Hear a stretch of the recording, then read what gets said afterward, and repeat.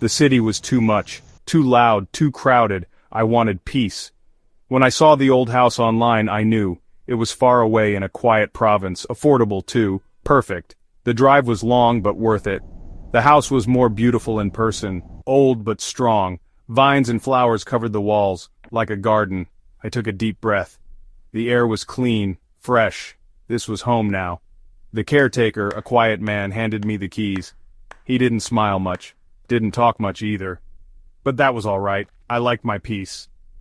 The first few days were bliss. Sunlit mornings, quiet evenings. I started unpacking, making the house my own. I spent my days exploring the garden, reading on the porch swing.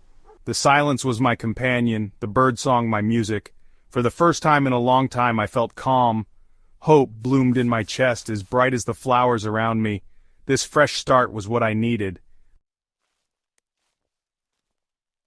One morning I noticed the roses I had trimmed were already growing back, thorny and wild, strange. Later that day a sour smell filled the air, like rotting fruit. I couldn't find the source. The soil in the garden felt damp all the time. Even when it didn't rain, the air grew heavy, filled with an unnatural chill. Unease crept in, replacing the calmness I had felt. At night the silence was no longer peaceful. It was thick, suffocating.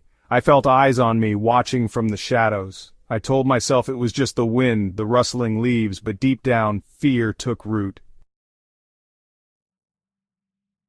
One particularly dark night, I was lying in bed, unable to sleep. The watching feeling was stronger than ever. Then I saw it. A shape at the window. A hand. A hand made of vines pressing against the glass. I jumped out of bed, heart pounding. The hand was gone. Had I imagined it? The next morning I tried calling the caretaker. No answer. I decided to go into the village, ask around about the house. The old lady at the store gave me a long look when I mentioned the caretaker. "He doesn't talk much," she said. She told me about the old owner, an herbalist. Lived alone, kept to himself. Then one day vanished. Never found. That night the vines invaded my dreams, twisting, reaching, suffocating. I woke up with a gasp. They were in my room now, creeping in through the window. I didn't hesitate. I grabbed my bag, my phone, and ran. I didn't stop until I reached the highway. I looked back only once. The house loomed in the distance, swallowed by the darkness. I never went back. Never heard from the caretaker again. Years later I drove by on a whim. The house was almost unrecognizable, consumed by a jungle of vines.